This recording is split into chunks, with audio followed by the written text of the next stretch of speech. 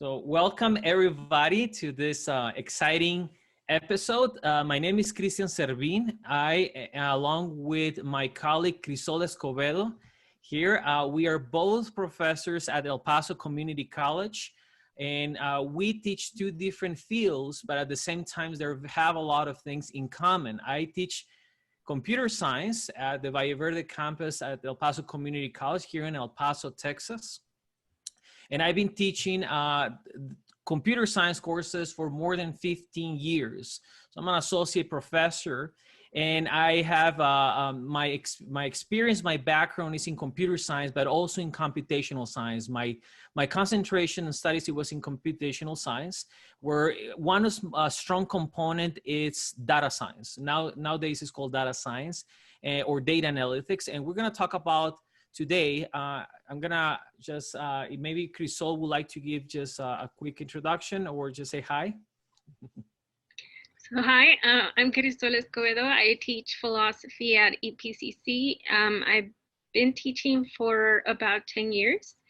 And even though my area is something called metaphysics and philosophy of physics, I do teach ethics, and I'm very interested in ethical concerns, which is why Cristian and I have been working together on this project. Thank you very much. And before we start, I would like to ask everybody just to have some etiquette, etiquette on virtual etiquette. So if you can please mute and turn off your camera just for the sake of just to make it better broadcasting. Thank you so much.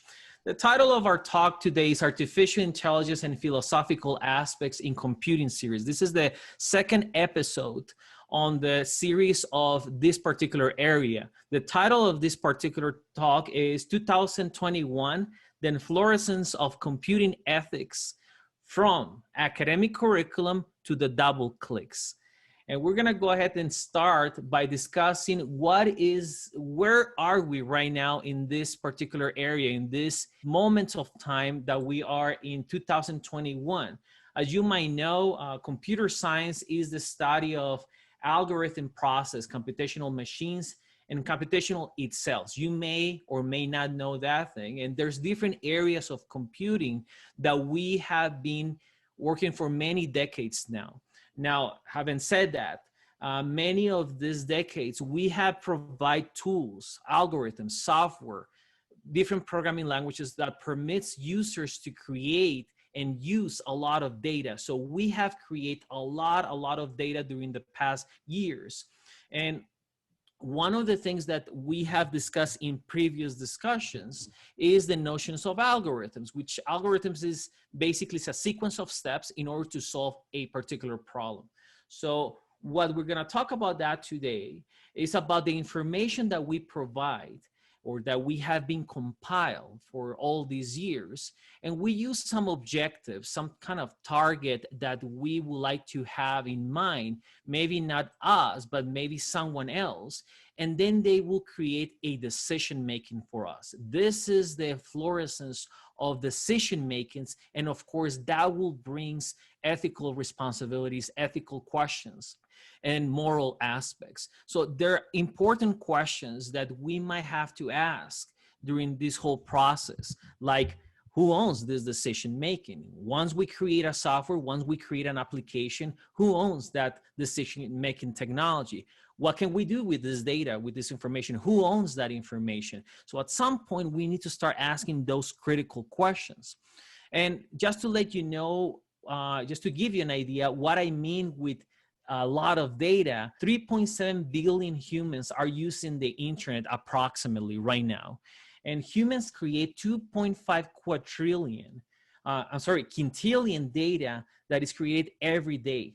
Google processes more than 63,000 searches every second and every minute. And this is what is more interesting about this whole statistics. Every minute as we speak, 456,000 tweets has been posted on Twitter, 46,740 images have been posted on Instagram, 4,146,600 videos are being watched on YouTube, 990,000 Tinder swipes, 16 million text messages, 156 million emails being sent, and 103 millions 447,520 spam emails are being receiving per minute. This is per minute. So as we speak, and notice that I've been here talking for 4 minutes, maybe, you can do the math at home. So there is a lot of data, and this data we need to recognize, because all this data that we just been creating through all these minutes, it comes from all this social media, your favorite web access to watch your movies, your streaming, your email, and all that information will be stored or will be compiled at some point and put it in and classified perfectly fine. And that will be, ladies and gentlemen, what we consider the input for one of your devices that you're using, maybe your tablet, maybe your cell phone, maybe will be in your actual computer. And that data that you will provide, it will be the entry level for your algorithm. The output, and this is what the most interesting thing is all these decisions that are being made for you as we speak. What you should be purchasing next time, what you should be eating. Hey, it's time to go home. You've been at home, it's already after 5. What are you doing? Those Google devices, Alexas, and all those good stuff that you have at home, they're making decisions for you. Where will be your next trip? What is the clothes that you should be buying? How much money you have already in your bank account, and you should consider that thing for that loan maybe. All those critical questions are being generated for us. So this is what we call data analysis or data sciences. And that is an intersection, a very interesting intersection that we have these days in computer science, along with some statistics and some X. This X that you can see right here, ladies and gentlemen, is what's considered to be an application area, an area of knowledge, something that we need to inject all this good math and statistics and computer information sciences. I don't know if you can appreciate this Venn diagram that I provide here, but there are some intersections, and those are called machine learning, software development, and traditional research. Those are tools that they're being used nowadays in order to infuse these algorithms that I mentioned in the previous slide about the actual information that is being stored, those domains. Now, data science nowadays is being helped by this notion of artificial intelligence. Artificial intelligence is not new. Artificial intelligence was proposed very back then. As a matter of fact, the very first AI's models was during the 70s. But again, there was not too much data. Information was kind of there, but it didn't really explain or actually reflect what we're living in. There was some mechanisms there, but the information, the communications were slow. Nowadays, everything plays an important role in the internet. Everybody has a cell phone, a mobile device with a lot of data, with a lot of speed, and that's what makes it now a big emerging area. And as you can see, a couple of those words that were generated by the cloud. There's engineering, there's machine learning, vision, a lot of processing models, a lot of processing or statistical models, and another ones. This is what is happening nowadays. Everything is being bound by data science and data analytics concepts and tools. So the question here is that what are the applications that you can apply for machine learning? You can see here a list of the most popular ones that are happening right now. Because of the sake of timing, we're only gonna focus in only a few of them. As you can see here, there's 5 of them that are of our interest, 4 of them, sorry, there was a 5th one there, but we removed them. But we're gonna start with face recognition, which is one of the hot topics nowadays in everywhere. So everything that we actually develop nowadays has a face recognition. Face recognition is the process that basically captures when you use some kind of sensoring or cameras. Basically, this capture or recognize certain specific attributes from your face and pretty much recognize who you are. Is being used in social media. You probably recognize that when you upload a picture to your social media, and automatically Facebook says like, do you want to tag X, Y, and Z, some members of your family, maybe some friends, maybe people that you don't know, and all of a sudden they appear there. It's used for ID verification. Also, that's another way to use biometrics in order to recognize who you are. You can show an ID, and that's what we call validation. Validation is important, but verification is even more important. Verification is when you claim you are somewhere or who you think you are. The validation, which is that your ID tells us, yes, indeed, this individual lives in X, Y, or Z area. But verification is like, indeed, this is whoever is claiming to is. So this is someone who lives in El Paso. Indeed, he is Cristian Servín, who lives in El Paso, Texas. Now, this might bring some consequences in social media. I don't know if you have realized, but Google has this ability to search by images, and it's not only Google. Once you search for images, you can collect other data like addresses, where you live, your date of birth, other attributes that are a little bit scary. And that's where we're gonna talk about that in today. Of course, surveillance technologies are around the world. I don't have to talk about Big Brother, but that's something that back in the day, George Orwell wrote something called 1985, and something that it will be actually a futuristic way where we all humans or citizens, we're gonna be actually surveillance by cameras and identify right away in any moment of time. That is happening right now around the world. And let me just talk about a little bit about the consequences. Sharing all this information and technology might bring consequences, critical consequences, because when an agency talks to another agency or stores information in another server or a database or something like that, who owns that server? Under who has those credentials to store information, to access that information, to sell that information? Those are the questions that we need to start asking. Also, how we can actually develop good or efficient behavioral biometrics without any confusion of the color of your eyes, without any confusion of who you are. How can we assess discrimination and bias by using facial recognition? That's another very important question that nowadays is probably one of the most important things. And that's something that we should take care of that. Oh, and of course, the impact of social liberties. This, of course, brings some other consequences like privacy and cybersecurity.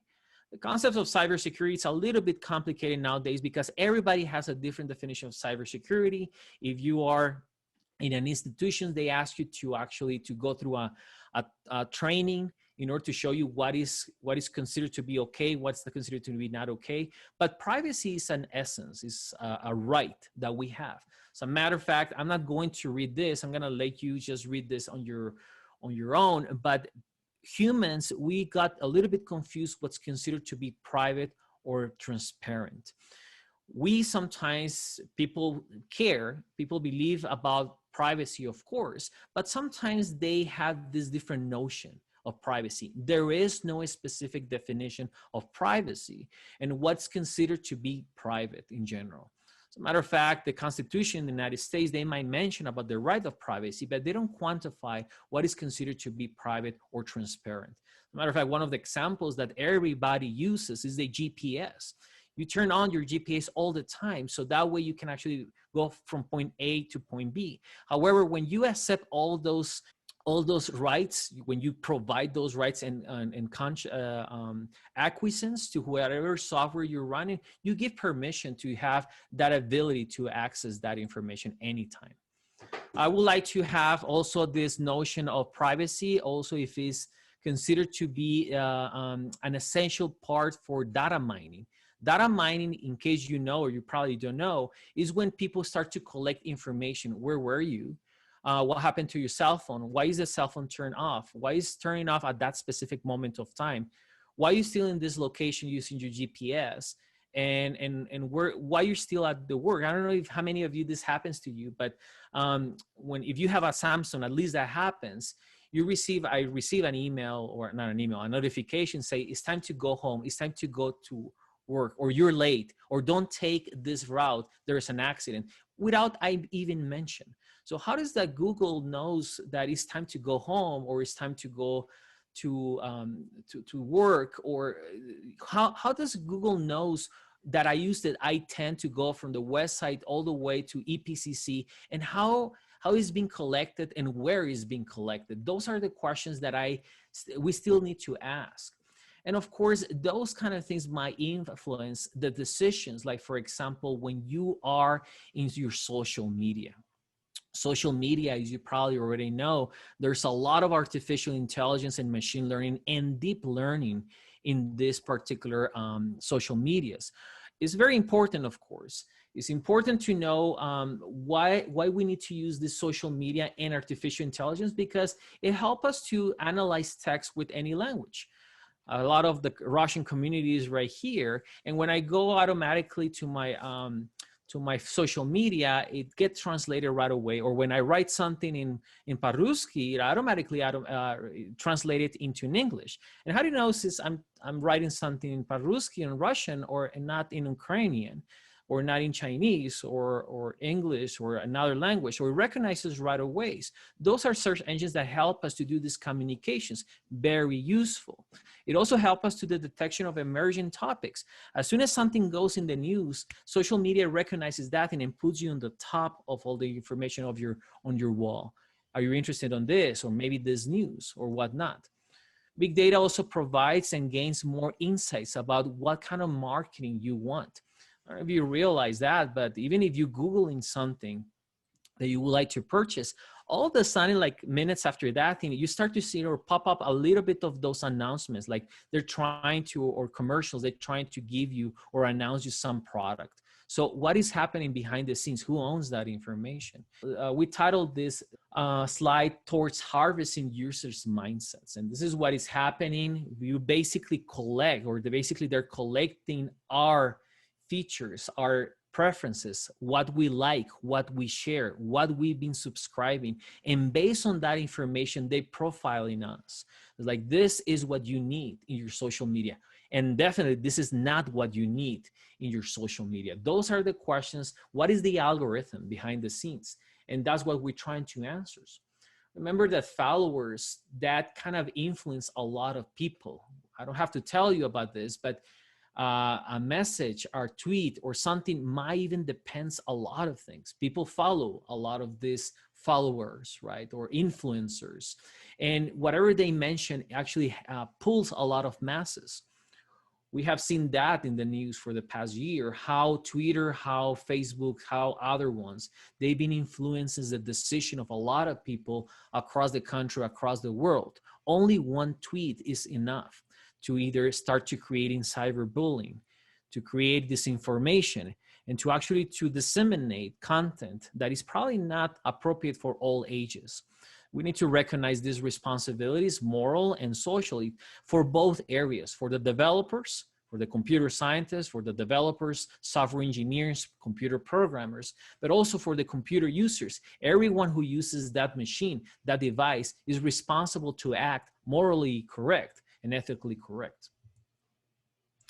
That will bring us to another concept that is right now in high demand, which is autonomous cars. And autonomous cars raise a very important philosophical problem that was proposed by Judith Jarvis Thomson in 1976, which is called the trolley problem. You may or may not be familiar with this, but imagine that you are controlling a trolley and there is an unfortunate event that someone will be harmed because there was one decision that has to be done. You cannot stop the train, but you are in charge of that lever. So you should pull the lever either to divert the runaway trolley, either to the left or to the right. And you have this kind of people. I think the original problem says that there is the child there versus a lot of people in the other ones. So whoever is controlling that lever has to make that decision immediately.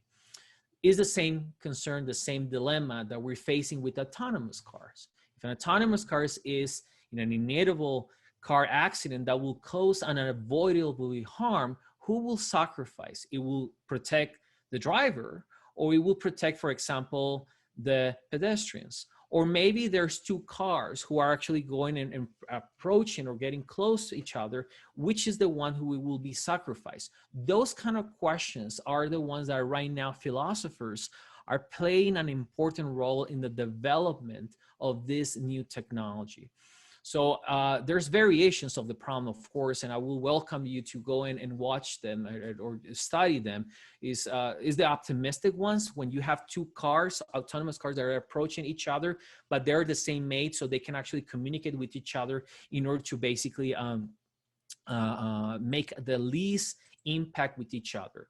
There's another one that you have maybe not the same situation, where there's the pessimistic, when there's an unfortunate event for both cases, but we're trying to get a balance between those things. So we have that situation in technology, and that will lead us to machine learning or learning machines. You may or may not know that a robot is a little bit different from machine learning or artificial intelligence, which, by the way, we're celebrating 100 years of the word robot this year. The word robot was, I just thought it was a great fact there to put here. It was written by Karel Čapek in 1920 for the play that he wrote. It was a Czech writer. There's a lot of applications on learning machines. You probably know that in healthcare, how to create military software in order to make decisions. Probably you have a Roomba at home or something like that that cleans your house as a home appliances and transportations. And you may or may not be familiar with the Asimov laws about the first, second, and third law. If you read I, Robot, or you probably watched the movie, there is fundamentals laws that the robot should not injure a human being through inaction or harm it. Second law is about the robot must obey the orders given by human beings, except where such orders conflict with the first law. And the third one is the robot must protect its own existence as long as such protection does not conflict with the first or second law. The question here is that robots are not artificial intelligence precisely. Artificial intelligence can be programmable. You can program AI, you can program, well, I guess you can program robots, but they're very static. That will lead us to this, which probably you already know about Sofia, which is the very first social humanoid robot that was created a couple of years ago. And that brought a lot of questions, other that Isaac Asimov brought a lot of time ago. It was more about, the question is, how can we gonna deal with unemployment? Because these machines will have a criteria and will basically take your job, in other words. Actually, not only that, it will make it even better. Because you as a human, you always introduce this human factor about what is considered to be good or not so good. Inequality. So we might bring consequences about how to treat robots.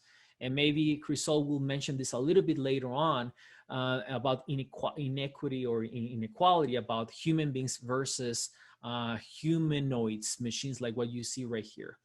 Another emerging area is biohacking, and this is not very necessarily related with robots, but biohacking is a growing trend for non-institutional science that technology is being developed. That's where you start to create or inserting or using human body with some kind of a mechanism in order to work inside of your human body in order to produce something or heal something. That's how you modify your DNA in case you have some kind of a problem on your DNA or some kind of disease. That's how you get treated of that. So there's a lot of different things going on right now. So let me just go to the next slide real quick. That will bring me to the professionalism that we need to take into consideration. Let me just be faster here because I'm running out of time. The Code of Ethics provides a mechanism for software engineers, for computer scientists, when you develop the software, something that you need to have in mind always. Check this out. Contribute to society and human well-being. Avoid harm to others. Be honest and trustworthy. Give proper credit for intellectual property. Respect the privacy of others. Honor confidentiality. I just want you to sink that in your mind for a minute, for a second, or whatever seconds you want. But whatever the examples, all the examples that I have give you, and I'm not saying that we're not teaching this code of ethics properly in computer science, but most of the work that we have seen, most of the issues that we have seen nowadays brings a lot of consequences and not necessarily address this code of ethics. Again, I'm not claiming that we don't follow this code of ethics. As a matter of fact, it's something that every instructor, every software engineer, every decent human being must follow. And yet, we see examples that that is not happening in nowadays in technology. That will bring us the consequence or this idea of ethics and technology, where I'm gonna ask my colleague Crisol that please give us a good explanation on this. Thank you. Thank you, Christian. So before I get started, I do want to give a very small definition and introduction to what ethics is. So what is ethics? So definition of ethics, textbook definition of ethics is that it's the philosophical study of morality. So we are very familiar with the word morality. I'm pretty sure we hear it a lot, and ever since we were children, we've been engaged in ethical decision making in one way or another. So what makes the study of morality from a philosophical perspective unique is that we use critical thinking and rational analysis to figure out whether our beliefs about what is right, what is wrong, principles, theories are justified or not. When it comes to ethics, we have different divisions, 4 of them, but out of those 4, I'm only going to concentrate on 2, because I think these 2 bring something very important to the conversation. The first one is normative ethics. So normative ethics is the division in philosophy that will study and establish those rules, principles, and theories that we use to determine whether something is right or wrong. The second division that I want to focus on is applied ethics. Applied ethics is something that Dr. Servin already talked about in the context of computer science.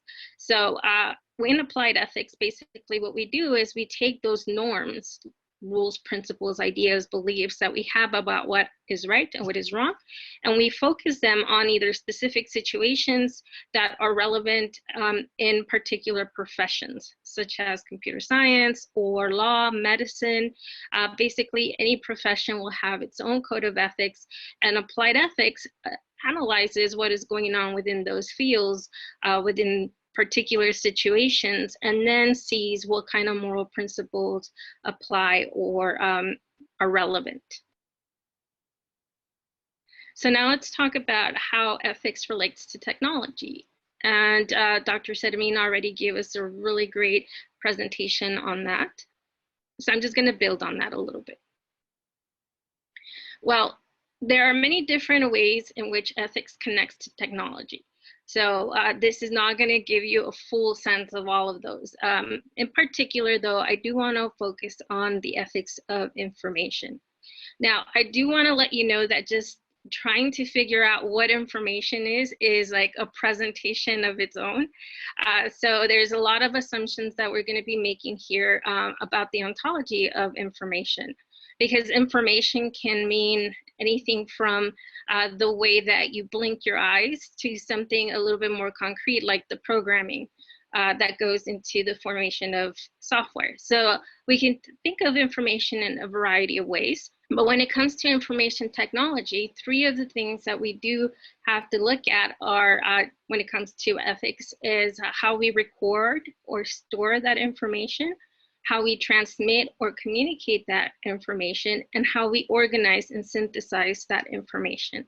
And with each of these areas, you're going to be able to see that there are ethical issues. And that is the focus of ethics of information, which again is part of the applied aspect of ethics. So we are going to look at issues related to how we access information, the control of information, as Dr. Servin already noted, the distribution of that information. And this becomes especially relevant because we're living in what some call information economy, where information is not just something that will give us knowledge, but this is knowledge that you can sell and make a lot of money out of. And there's a lot of money that is being made right now because of that. So then, why is ethics important? Well, as I mentioned, and as Dr. Sedamine already talked about this, there's a lot of issues that are connected to ethics when it comes to information and the use of technology. And this here is not a full list, but just take a look at all the different concerns that we have, ethical concerns we have with the use of information.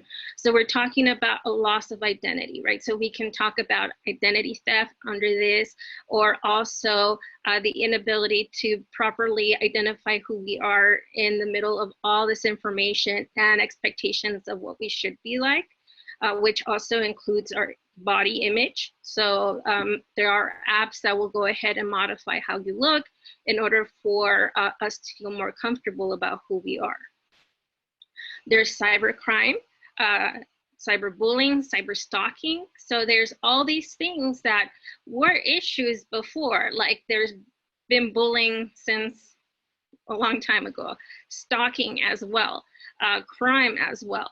But with the use of technology, and technology is supposed to be something good, right? But there are also the added consequences that these things have become something that are easier to do. Profiling. So Dr. Sedamine already talked about this, and we might not recognize that we enter information and we give ideas of preferences to these systems that will go ahead and take that information and sell it to a third party. What they're doing with that information is building a profile, not just of who you are, but who other people like you are like. And based on that, they are making decisions as to whether or not they give you money for a house, lend you money for a house, or whether they want to charge you a particular rate for your insurance. And we might not know that. We usually tend to think that your own decisions affects you, and that this is a matter of personal choice, but in reality it isn't, because the decisions you make then are recorded, analyzed, synthesized, and sold, so that then their profile will be created of people who fit into the same category, like for example people who belong to the same ethnicity as you. And then they see those patterns in how you behave, and then based on that then go ahead and make decisions that will affect you, like how much to charge you for the interest on a house loan. So there's also instances of fraud, of hacking, and that also leads to questions about censorship, because if there's all this information that is being used in some ways to help us, but in other ways to help us, then what is the role of the organizations or the businesses who are providing the service? And should they have a more active role in the distribution of information? And that's where censorship comes in, because then with information, you can also look up something that you might think has no reason to be censored, like when a movie is playing, but there are other people who are looking up things like pornography. The distribution of false information or disinformation, that's an issue too, because in an age of information, we might not necessarily have the tools to distinguish what is true from what is false anymore, because we are just abundant with all this information. There's questions about accountability. Where does the fault lie, and who's responsible for those actions, and who should be held accountable? There's things like malware, spyware, ransomware, where your system gets infected, and again, for the purpose of doing something not always bad, but for the most part harmful. There's information warfare, cybernetics, social media and networking. So those are issues that have to do with not just cyberbullying, but the access of information, the ownership of information, and the selling of information. There's also issues with online gaming. For example, issues with people being so submerged into online gaming that it is, in a sense, creating an alternative sense of reality. There's notions of virtual violence, sexism, questions about AI and artificial life. That was a new one that I had to learn about. And issues with robotics. So there's a lot of issues related to ethics within the use of information technology and computing.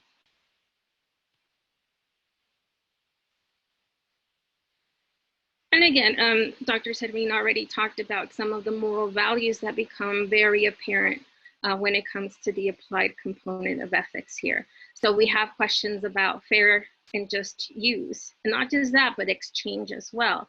So then who collects, stores, and accesses information, and why do they do that? And when they do that, are they looking for the interest of all, as we're supposed to, or they're supposed to be doing, or are they using that information to just benefit them? And that is something that relates to consent and autonomy, because even though we sign those agreements, right? So we click on that after the long document that displays that tells us if we agreed. Most of us don't even read that. We just click it because we want the service.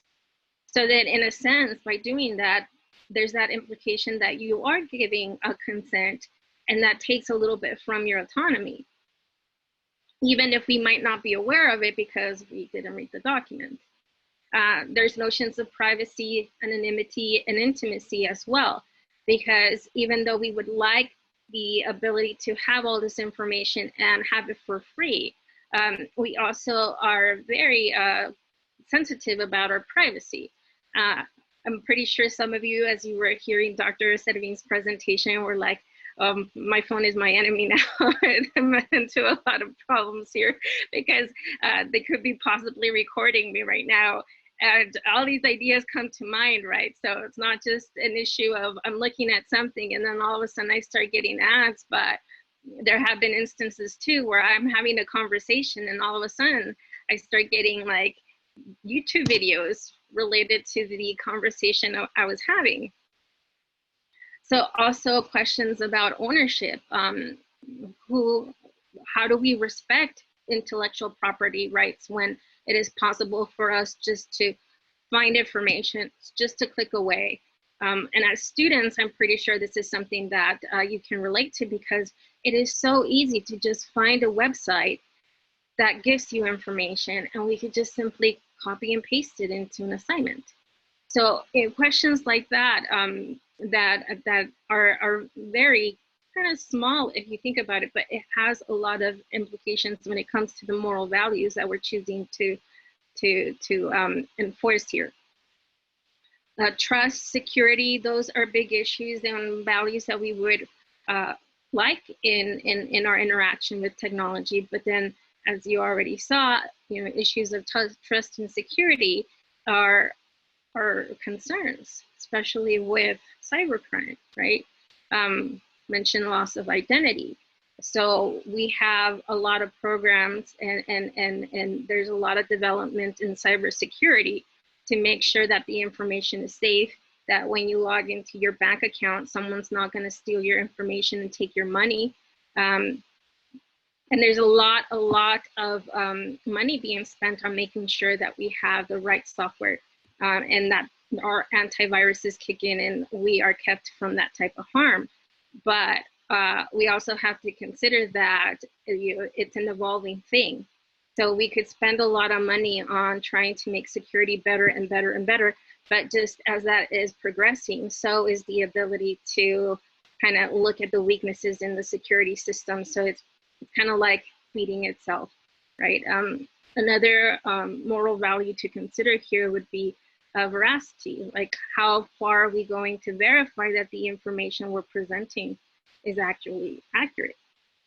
And openness as well, which is something that I talked about, right? So this idea that we want all the information, we want to have, we don't want to have anything hidden from us. We want to be able to get all that information, but it kind of also has a different side to that. And that is that we give up that information about ourselves too.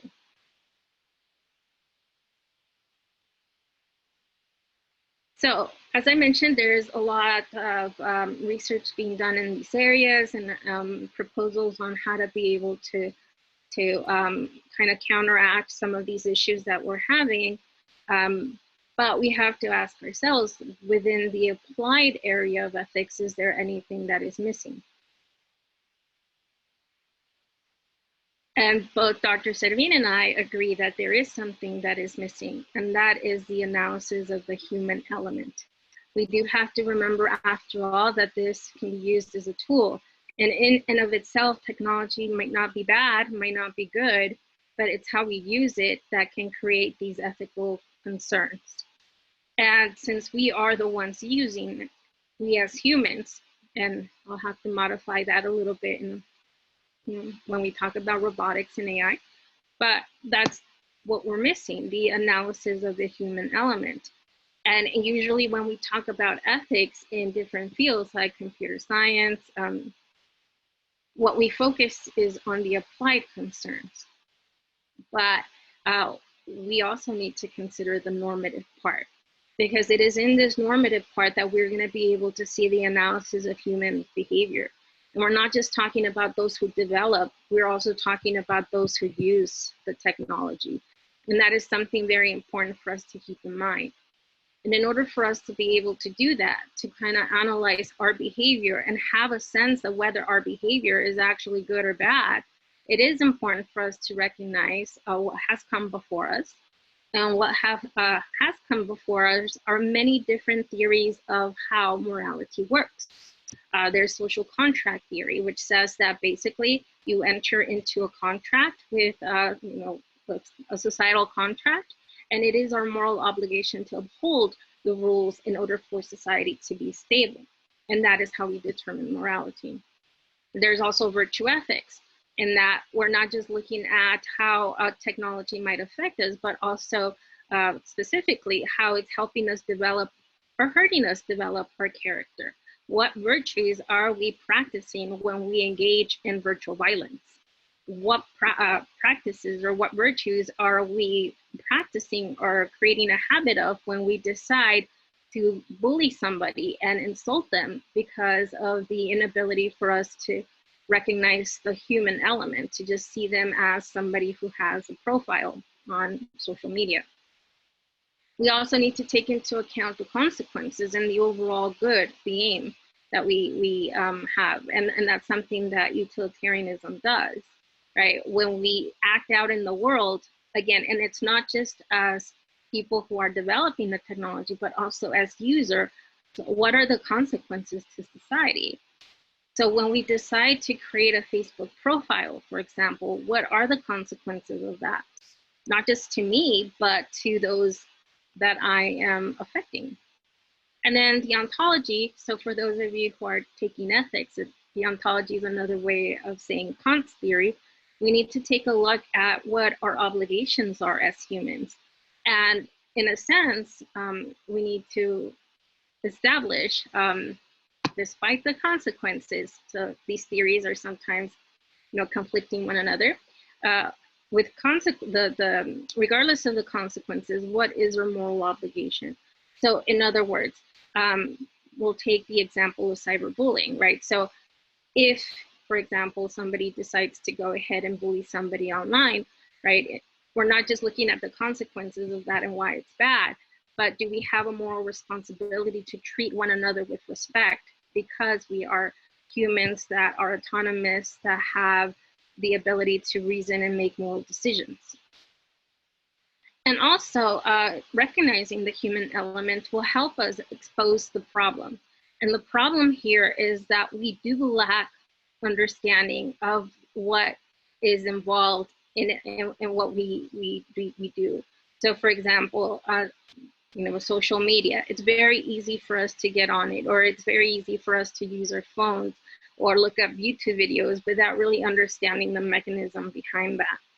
And without also recognizing that in a world where technology is developing really fast, right, that it kind of becomes really hard to keep up with that in terms of the analysis of the ethical issues.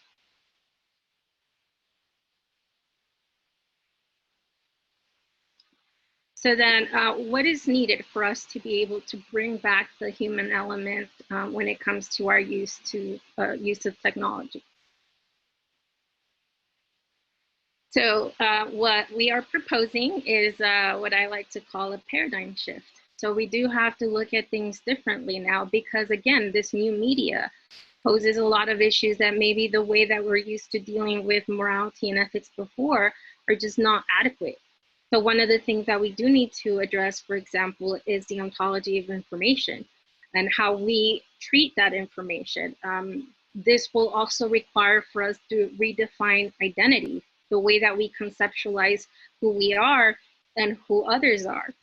We also need a reconceptualization of ethics, because again, the fast pace of the change that comes with technology is kind of like we're unable to keep up with it. So the old systems and ways in which we approach ethics might no longer be as useful. And we also need to bring back this emphasis of social justice, which is already there, but it's in how we go ahead and ensure that we carry out social justice is something that needs to be one of the most important elements. And finally, and this one I will not be talking about in this presentation, will be re-examining the idea of progress. So we tend to think that you know, the faster things get, the more impressive the technology is, that necessarily equates to progress, and might not be the case. So with the ontology of information, I am going to borrow some ideas from John Dewey here. And this is something that Dr. Sidney talked about, is that we do need to reconceptualize what we think of information.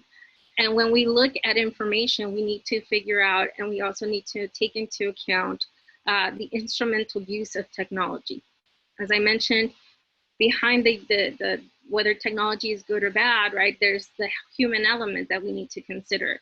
And when it comes to information, it's not just the machines that we're looking at, we're also looking at the relationship we have with those machines. And that's something that we do need to realize, that the interaction that we have with each other and the interaction that we have with each other through an artifact like a computer is going to go ahead and be important in the way that we practice ethics.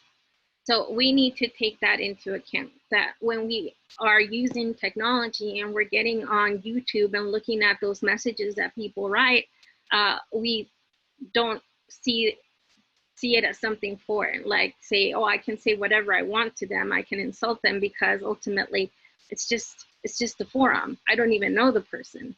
And because of this, because of that recognition, it is going to push us to start factoring ethical solutions into computation. And we also need to redefine our sense of identity. So when we think about ourselves and others, do we just look at the physical boundaries of our being, or do we also include virtual identity? And what I'm proposing here is that we should include virtual identity. So whatever image or profile you have, and however you think that is different from who you are as a person, we do need to recognize that out there we are creating these virtual profiles. Not just us, but other people are creating virtual profiles of ourselves, and that does factor into our identity. And I think if we are able to recognize that our identity extends beyond the boundaries of our physical self, then we can address the problem of dehumanization when it comes to the interactions we have through social media or through other platforms. Because it's very easy to dehumanize whoever you're talking to on a post, right? And I think part of that process of dehumanization is what then leads to things like cyberbullying. We also need to reconceptualize ethics. We need to acknowledge that the traditional moral theories we're using are not going to be enough, because again, of things that I already mentioned, like the rate of change in technology development. But also we need to re-examine notions of moral agency and autonomy, like who would be considered a moral agent, and if our sense of self extends beyond the boundaries of our physical self to include our virtual self, then moral agency is something that can be attributed to other things, including robots. We also need to maybe reconceptualize our idea of what it means to be bad. So Floridi proposes the idea of changing the terms good and bad and adopting them to a context that is virtual. So then he talks about virtual evil. And he also talks about how we can start this reconceptualization process. So we need to go ahead and acknowledge the ontological status and value of information, because oftentimes people just say, well, it's information, it doesn't have any value, like intrinsic value, and it does. We need to recognize that it does. We need to talk about the moral development of technology, and including also the idea that when we program, we can program moral codes, even if maybe right now it's just in the starting stage, okay? And also automated moral reasoning. So there are different components to the model that would promote moral action within the computing of morality. And these components are having a moral agent, identifying a moral patient, the interaction between these two agents, taking acknowledgement of the information, the frame of the information, the situation, the information regarding or involved in the situation, the environment of the interaction, and the situation in which two agents interact.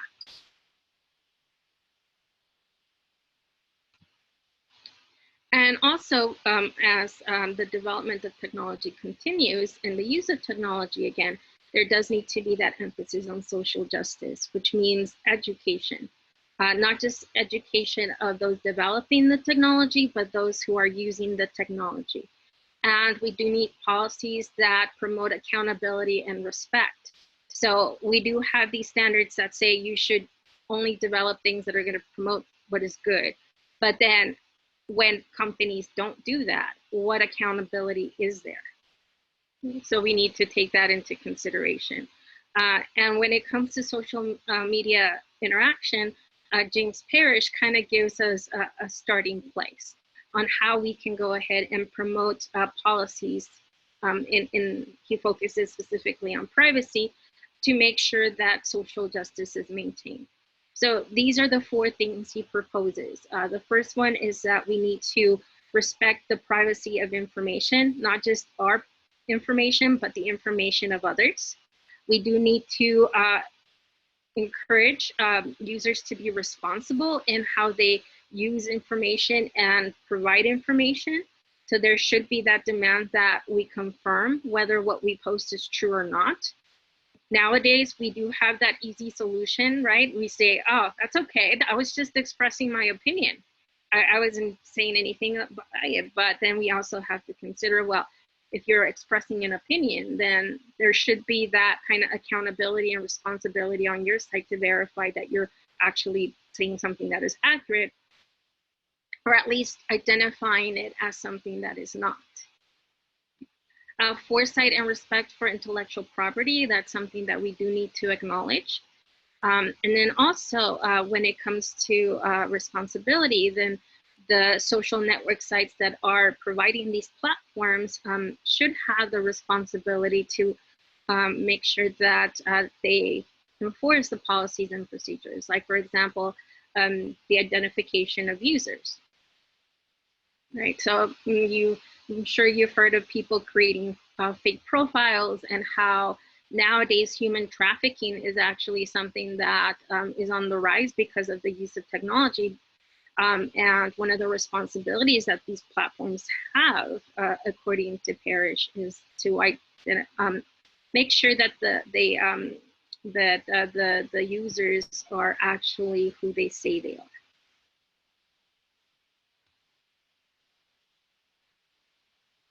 And that will conclude my part of the presentation.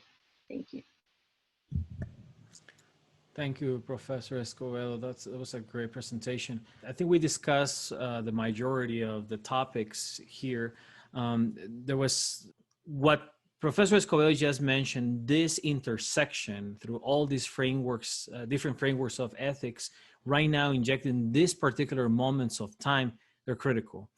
We kind of would like to see that in the perspective of education, which actually we have a lot of responsibility as an educators to provide this these frameworks to start to encourage the students. But of course, right now there is a lot of software right now, and something that caught my attention is what Crisol just mentioned. Right now, there's a lot of software, and people are developing their software just to provide their point of view, their opinion. But at the same time, their consequences, their responsibilities, and that's what we're trying to do here in this conversation, or at least to start this conversation of the intersection between both areas, or many areas, as a matter of fact. I think we have time for a couple of questions. If someone wants to request a question, or if someone would like to clarify something, you can raise your hand, or you can drop it there in the chat box. I received a question about singularity, which is interesting, because one of the questions that I received is like how close we are from the singularity component, and that's a different conversation. And Crisol might agree with me that that will kind of requires a little bit more of theory and computation.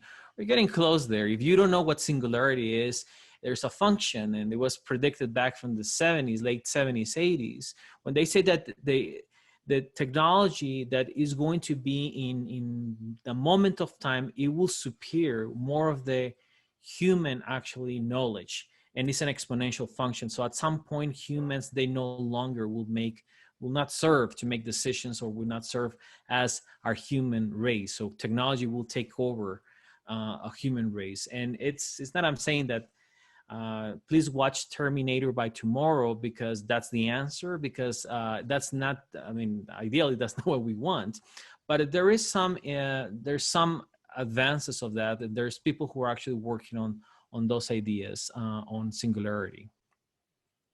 I have one question. Can you hear me? Yeah. Yes. Absolutely, yes. Yeah, Dada.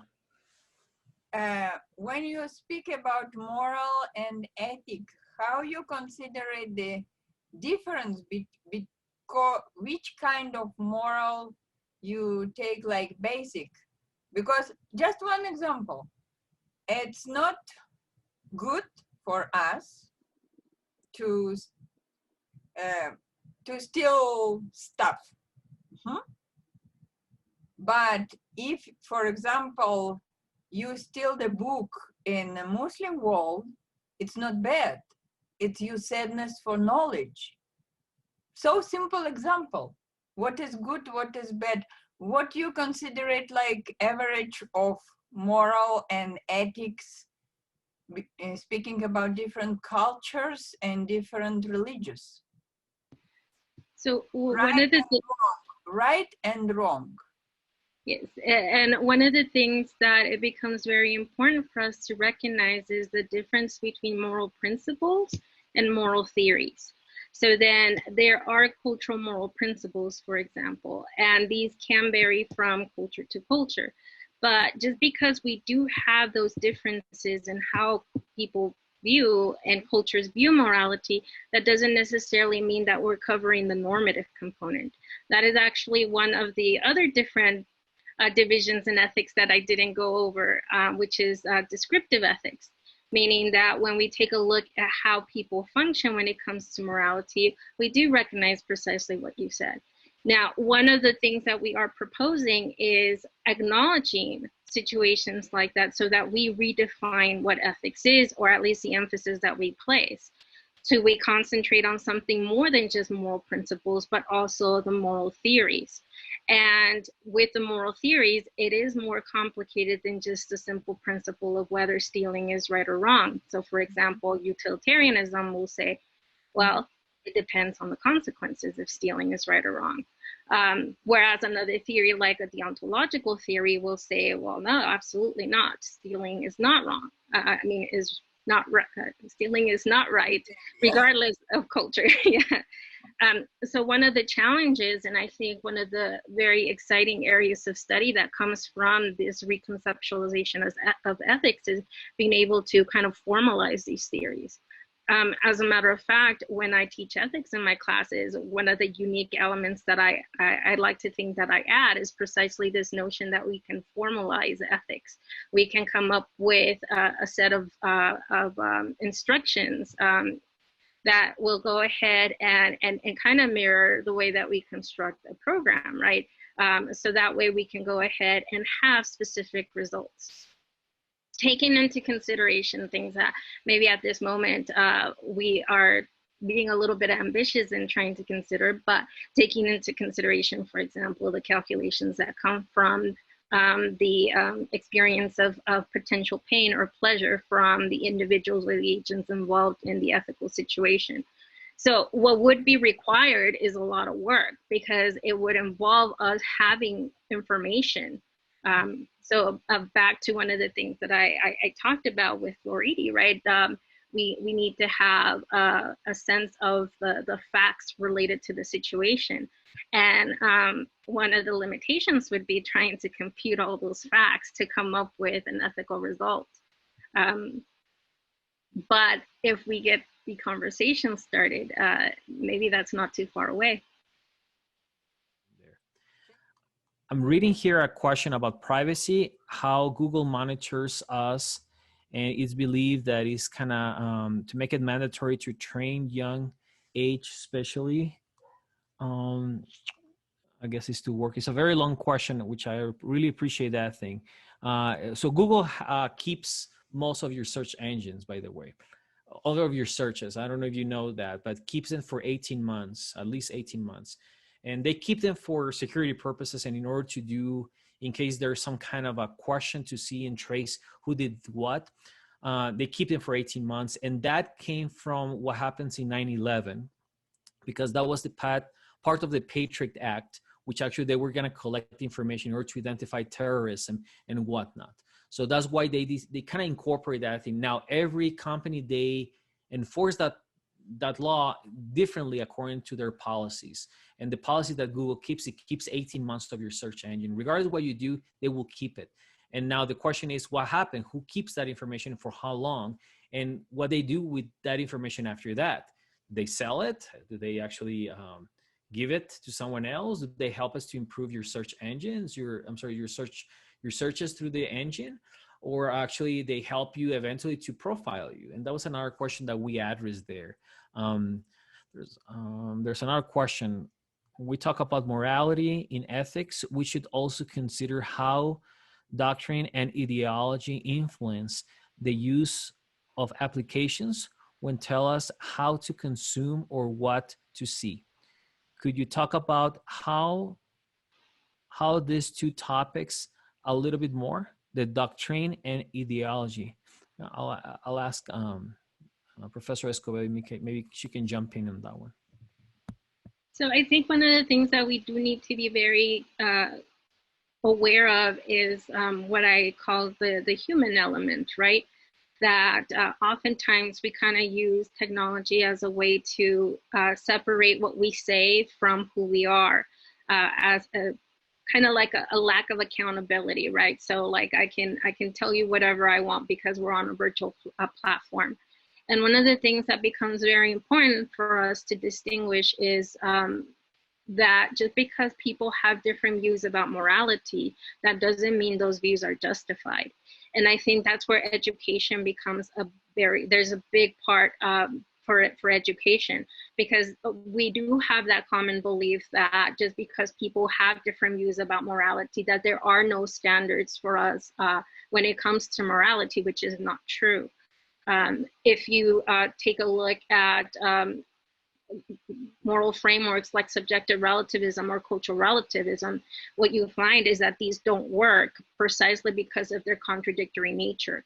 So if we're looking, for example, as for a way to program ethics and morality, we would not be able to go through that path of just validating or verifying whatever anybody believes just because they think that morality is a personal choice.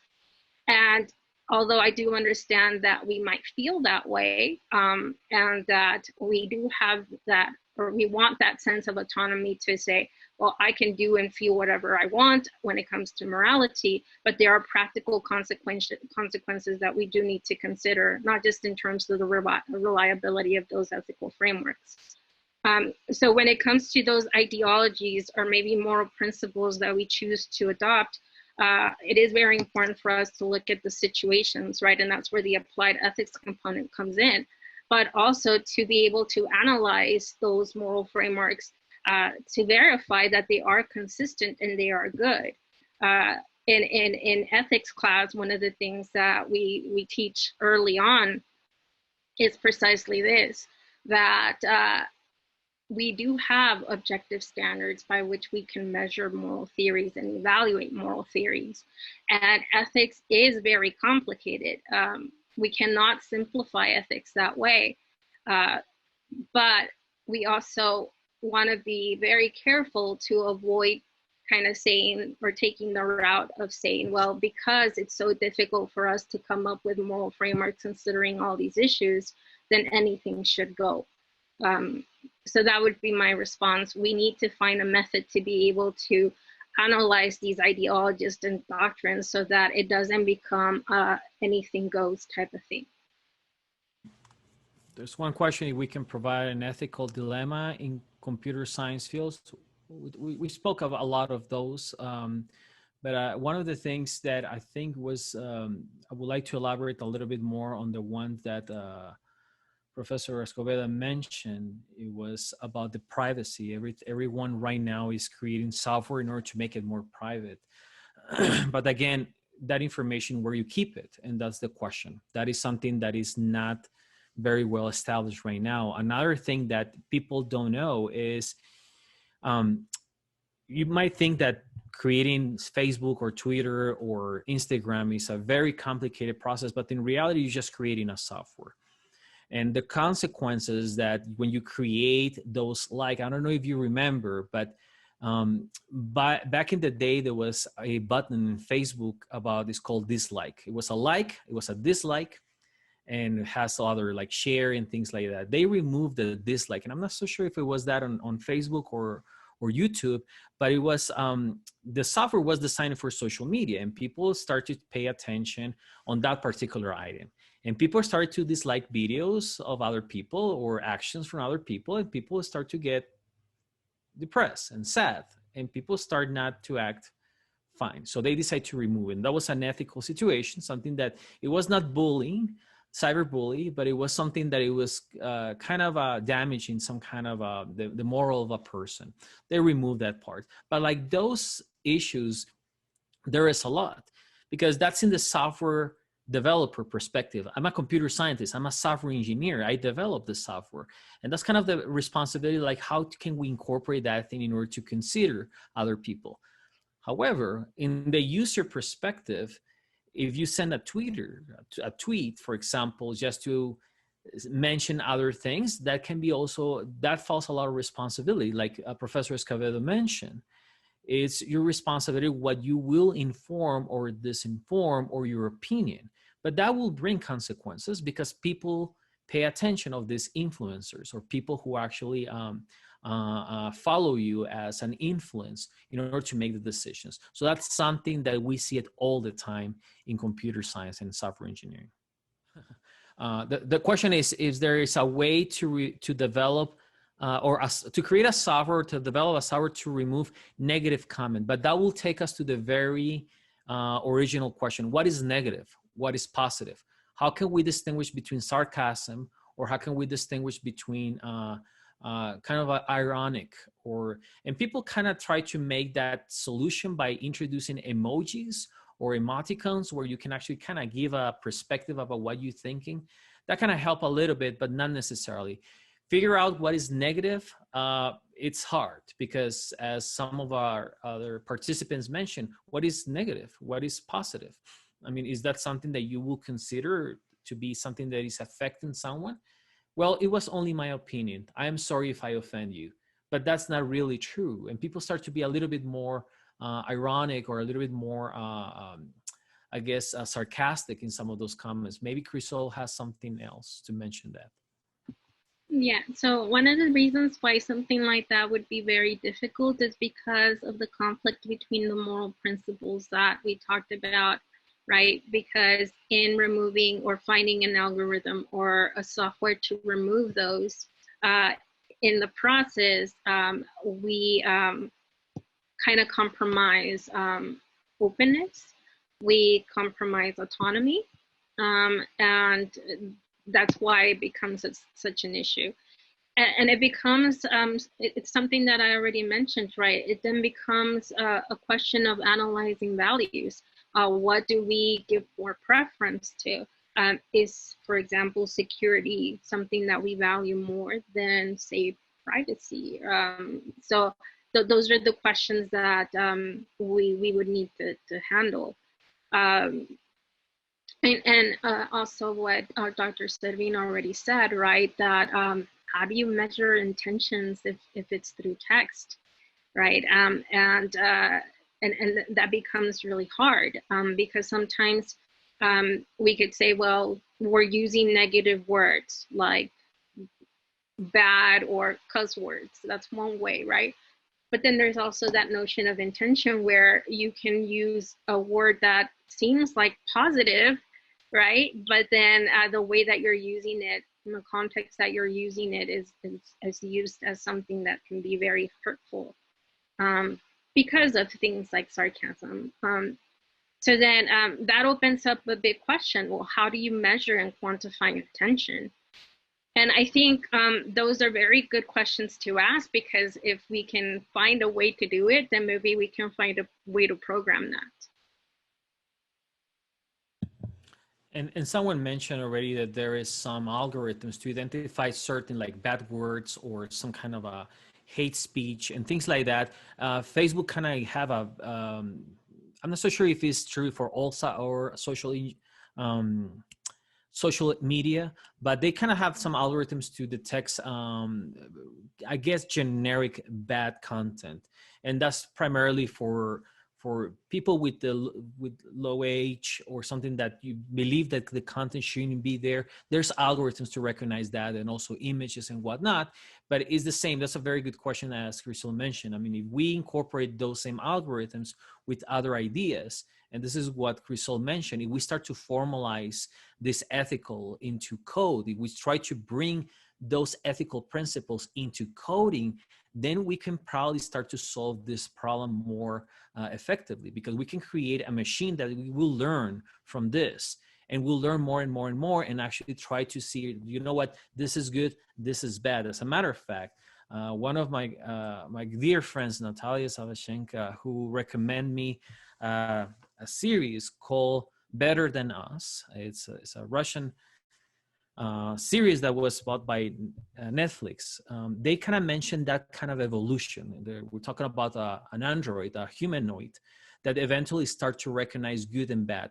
Okay, so it's a I don't want to spoil the whole thing, because probably you want to go watch it, but it's basically a robot, a humanoid, that has this notion of free will. But in the process to start building the free will, it recognizes that humans are not necessarily correct. Actually, we're broken pieces, and we create things that they're not morally speaking correct, or they're not correct things, they're not good things, they're not bad things. But the robot was able to recognize that there was some disconnection between what is supposed to be good and what is actually what human does. So if you go back to that slide when Asimov create those 3 laws about the robot, it doesn't make any sense, because that's basically what the robot recognizes, that morally speaking or ethically speaking is incorrect. So those are the questions, and we're actually arriving to this point when we need to make a moment of thinking what is exactly the thing we should do. This is what Crystal mentioned. If we start formalizing our ethics, our principle, our axioms into code, then maybe we can create these machines that will learn, that will evolutionate eventually and do a good thing. The only thing is that the good thing might be not so good for humans, and we need to be aware of that situation. And just to add to that, we also need to recognize what the human element can and cannot do. So one of the things that I would like to stress is that not all negative intentions come across as negative language. So for example, in the case of human trafficking, there's people that are looking at profiles, and instead of being mean to them, they're actually very friendly to them.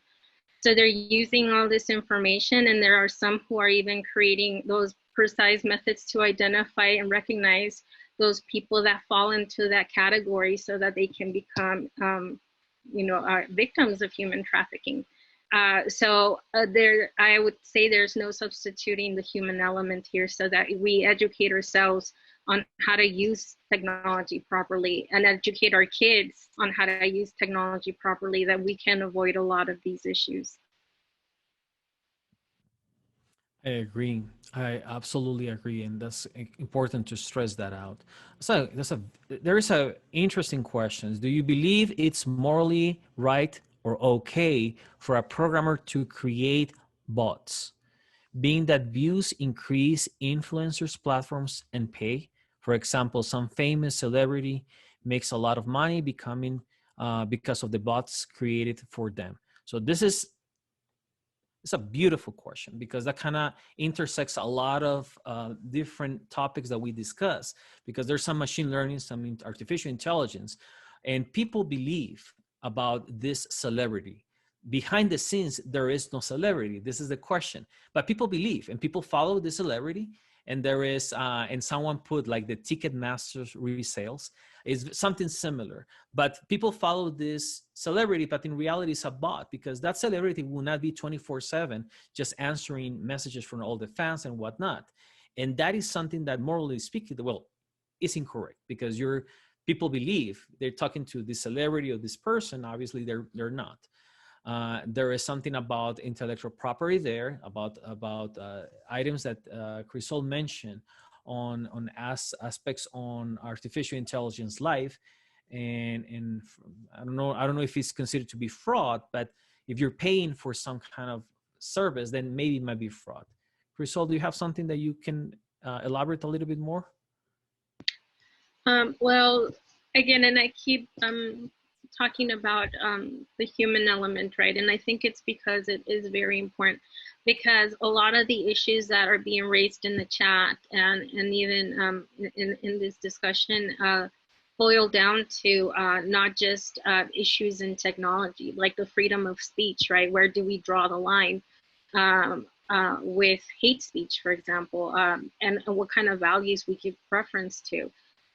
We do need to recognize, like I said, that our conceptions of who we are need to be redefined, right? And a person, for example, a celebrity who agrees that some computer program should generate their tweets should also take accountability for that. Whether it's good or bad, it depends. But that's kind of one of the things that I talked about, right? This conception of who we are. So if I, as a person, agree that this is what I want, and I want a system, a computer to be generating ideas for me, then there should be that accountability, because as an autonomous agent, I made the choice to choose that, and I should be held accountable for those consequences. And I think looking at it this way will really, really help us maybe revisit what we do and analyze before we do it. Because if we know we're going to be held accountable, then maybe we would be a little bit more careful about what we said. There's a lot of interesting questions here. One of the questions is about software error towards these computers. Twitter, I think, is what you meant. At the end of the day, it's a machine. The errors, their margin of errors will always be there. But since we're talking about artificial intelligence, this is the ability that you have reconfigurable machines that will learn from mistakes and fix them for the next item. And that's what's the beauty of all these things. Even if you have errors, you anticipate that before next time. For example, let's take into example the autonomous cars. The cars, basically, they have an algorithm that in case there's an unfortunate event, they measure the probabilities. And they're super fast computers. So they will say they measure the probabilities of someone surviving in an accident versus someone who actually will run over some person, some pedestrians, right? And they try to give a decision, like in this worst case scenario, we need to save a person. Which will be the human life that we should save? whoever is driving this car or whoever is walking through the streets, and there was a problem there. So they make a decision right away in real time, super fast. So it's an unfortunate event, but that's something that there is mechanisms in order to make that decisions. And that's the beauty that we're facing right now on machine learning. And the question is, like, at the end of the day, it's a machine. That's where we are right now discussing. Even that they're machines, they bring values and they bring ethics and moral to have to consider when we just program them, because it's not just only a machine.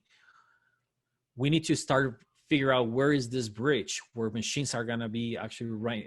They're already right next to us. We're talking through a machine, all of us, at this moment of time. And we will continue to do that thing. There's people who has bionic arms or things like that. Those are machines and they serve for a purpose. The same way we're creating this purpose to serve into the machine. The machines right now, machines are learning from us. Even that we create a machine, now machines are learning from us, but we are actually adapting to machines. So I don't know if you can see this cycle. The humans create machines in inspiration of a human brain, a human mind. And if you're a hardware person, you will see that there's a hard drive, there's some RAM when you have memory, and there's other components. And that was designed back in the day based on the human brain. The machine was eventually creating an algorithm that was inspired of the human mind. Now we humans, we're trying to adapt to these machines that was originally created based on us. But now there's a second generation or third generation. There's a different variation of that. And that's where the beauty of this, at least this generation of human beings we are right now, we can witness this correlation. Okay. Professor Escobedo, you have some final remarks? I want to be respectful with everybody's time. Just to thank everybody for coming and for engaging in this very interesting discussion. Thank you. I will echo Professor Escobedo. I will like to thank everybody for your support, for your time, and for being here, for supporting these events. As I said, Cristóbal Escobedo and I, we've been working in this problem for maybe more than 10 years, more than 15 years. We started working in the Institute of Policy and Ethics in our university. And then that's where we start to merge ideas from engineering, computer science, and ethics together. And we've been working, well, of course, we have given different variations of these problems, but we would like to continue offering this interesting talks, as she mentioned. Thank you so much for watching. I would like to thank everybody who has been here in the chat room. We have more than 65 people who join us today. We were very, very excited on that. Meanwhile, have a good one and be safe. Happy coding.